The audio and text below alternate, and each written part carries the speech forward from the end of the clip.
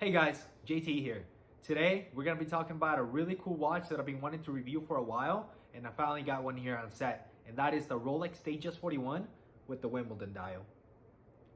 We're going to do an in-depth review, so let's go ahead and get started.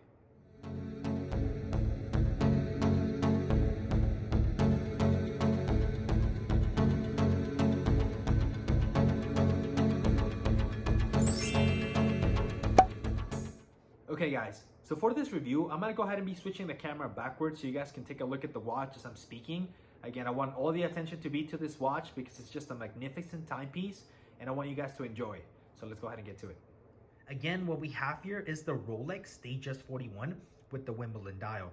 Now, as you can see here, this is the 18 karat yellow gold and oyster steel combination, aka Rolesser. That's what Rolex calls it. Now, this is the reference number 126333. It measures about 11.6 millimeters in terms of slim, and from lug to lug is about 47.5 millimeters. So this is a very compact watch, even though it says 41 millimeters. Now, to state some facts here, and again, I'll put those on the side, it has about a 70-hour power reserve, and it has about 100 meter water resistance. So let me go ahead and take it out of the case so you guys can see how it looks on the wrist. Okay guys, we're back here with the watch on my wrist now. And as you can see here, again, it is a 41 millimeter watch, but my wrist is not very large. And as you can see, it does not fit big. In fact, if my wrist was smaller, if your wrist is smaller, you can definitely pull this watch off. And again, it is a very slim watch as well, which means you can wear with a suit, with a nice shirt, and it'll fit in just fine. Now, one of the first things that you have to note about this watch is the fluted bezel. Now, that is probably my favorite part of the watch, the way that yellow gold and that fluted bezel plays with the light.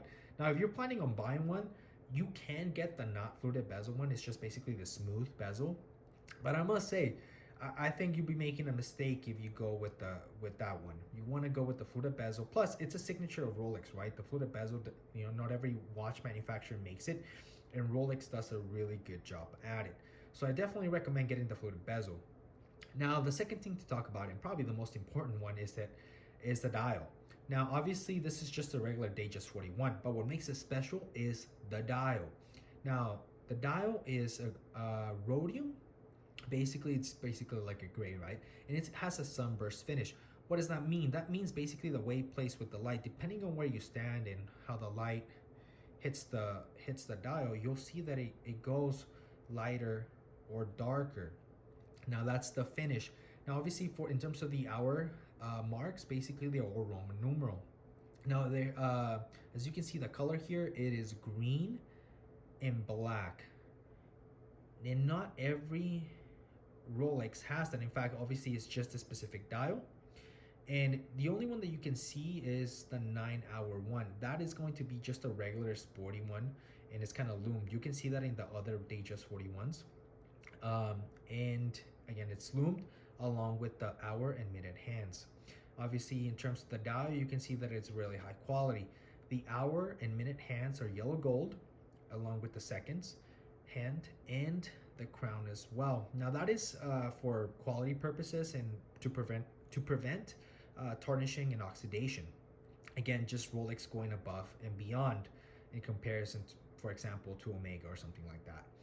Okay, so let's go ahead and talk about the bracelet now. Basically, what we just covered was the face of the watch, right? The dial and the fluted bezel, again, incredible. But this particular Rolex comes in a Jubilee bracelet. Now, you can get the oyster bracelet, but I must tell you that the Jubilee is probably my personal favorite bracelet. Now, some people like the classic oyster one because it's sporty and I don't know, it has a certain history and just, I don't know, I guess class to it. I can't even describe it, but I have to tell you here, the Jubilee here is remarkable. Now, back in the day, Rolex used to make its bracelets where some of the middle links were hollow, but no, that's not the case. I'm gonna put this down here real quick. But basically all of this, they're solid links. This is just basically every link here is solid gold. So again, it's just really good quality, and it is slick. It is solid, robust, but it is also pretty slick, And underneath here, there's plenty of gaps to basically allow some air to go through for your wrist. And that is something that you don't really get with the Oyster bracelet. So again, this is just the win for the Jubilee, even though I guess the classic would be the Oyster. Now, I also want to note that there's 3 different ways of adjusting this watch. The first way to adjust your watch is basically going to be through the links. Now, what you can do here is basically remove these screw links to adjust to your watch, and that's probably one of the easiest ways that you can do it. Now, what you can also do, as you can see here, this bracelet is anchored to some holes here, and using a strap tool, you can adjust it back and forth depending on your wrist size. Now, the last part, and I think this is probably the coolest thing, is that Rolex recently added, and when I mean recent, I mean a few years ago, basically what is called the Easy Link adjustment. And what you can do here is that it allows you to essentially add or remove one link with this little, I guess like adjustment thing, and you can hear it when it snaps shut. So there you go, guys. 3 different ways of adjusting your watch. Okay, guys, so basically those were some of the aspects of the watch. Now let me go ahead and give you my thoughts on it. And the first thing I want to note is that this is a very classy watch. You can definitely wear this up or down, dress it up or down however you want. It'll look great with a suit. Again, it is very slim, so it'll fit underneath a cuff easily. And you can also wear this down, right? You can see this with a jeans and t-shirt and it'll look great. Now, so again, it just makes it a versatile watch, and I really like that. I will also say that I like that Rolex gives you that option that basically it's water resistant, right? It has 100-meter water resistant or 330 feet, however you want to look at it. Now, are you going to take it scuba diving and do all kinds of crazy things with it? Maybe, but probably not, right? And I think Rolex gives you more than what you need. And that's basically the definition of luxury, right? You don't need it, but they still give it to you anyway. And Rolex does that very well. The second thing I want to note is that this is a 70-hour power reserve watch. And what does that mean? It'll last you basically through the weekend. You can stop wearing it on a Friday, pick it back up on Monday, and you'll be fine. And this is something that you cannot say with basically Omega or many other watches. They come close with 60 hours and stuff like that, but Rolex still comes out on top. The other thing I want to say is that this is a superlative chronometer. What does that mean?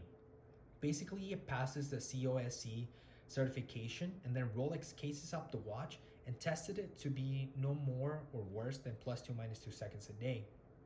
And that is basically the superlative chronometer certification. Again, Rolex going above and beyond. I will tell you one of the things that I do not like about the watch, and I brought this up in my video that I'll put in at the end of this video, buying my first Rolex, is that this is basically the Datejust 41 lineup is a scratch magnet, and that is because of the polished finish that it has on the case. Now this watch, again, I don't think nobody's been taking it, scuba diving and doing all kinds of crazy things with it, but just basic wear and tear, it'll scratch easily. I mean, like ridiculously easy. The fluted bezel, as you can see, although it's shiny and it plays with the light very well, it's still scratched somehow. And you can take it to the AD and they'll polish it for you, or if you take it servicing to Rolex, they'll polish it really like new for you. But again, that's just gonna cost you. And that's just a basic cost-benefit analysis that you have to do. If you get a truly sports watch from Rolex, like a Submariner, they really don't have that much polished finishes or end links or stuff like that. But the Datejust does have some. So again, you just have to decide, you're gonna have to see the watch and be like, okay, this is gonna be really shiny, but it's gonna get scratched. Am I gonna be okay with it? If the answer is yes, then okay, by all means go ahead and get it. But if you don't, I would say go get something like a Rolex Explorer that does not have that kind of polished finish. And again, that is just probably one of the things that I do not like about this watch. But other than that, I gotta tell you that I absolutely love it. Okay, that's it for today's video. Hope you enjoyed this review. We've been trying to get this watch for a while, so I'm glad we finally did, and I'm glad we were able to bring you guys some of the information, the pros and the cons of getting this watch. Now, if you are interested in buying a Rolex sometime soon, you might be interested in watching the video of how I got my first Rolex. We'll put a link in here somewhere so you guys can go check it out. Now, remember, if you like this content, please remember to subscribe. If you enjoyed the video, remember to smash that like button. It really helps out our channel. Thanks, guys.